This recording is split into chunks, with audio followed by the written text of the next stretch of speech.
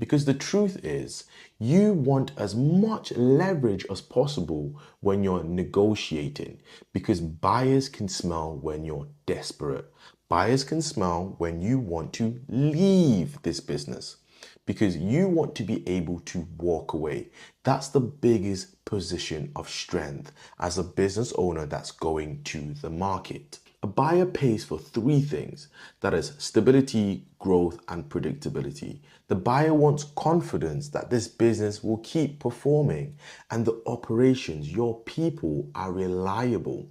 The second thing is growth. A buyer will always pay a premium for a business that's on the up and up, that has an upward trajectory, because it leads to the third thing. They pay for predictability.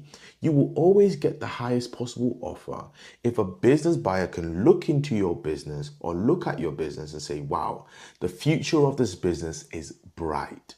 So you have to ask yourself these questions here. Are you doing everything that you can possibly do to indicate and communicate that your business is stable, growing, and predictable?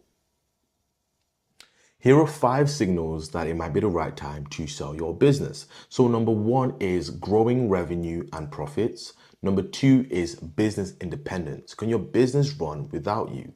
Number 3 is buyer interest. Are you getting letters? Are people reaching out to you saying, hey Bob, I want to purchase or acquire your business? Number 4 is, are businesses being acquired in your sector?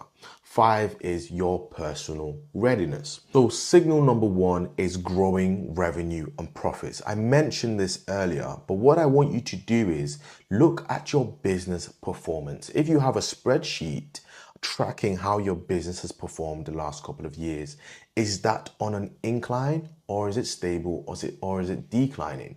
Because you have the most momentum when you're on the incline, because you can tell a buyer, I am willing to walk away, because you yourself see that the future of your business is bright.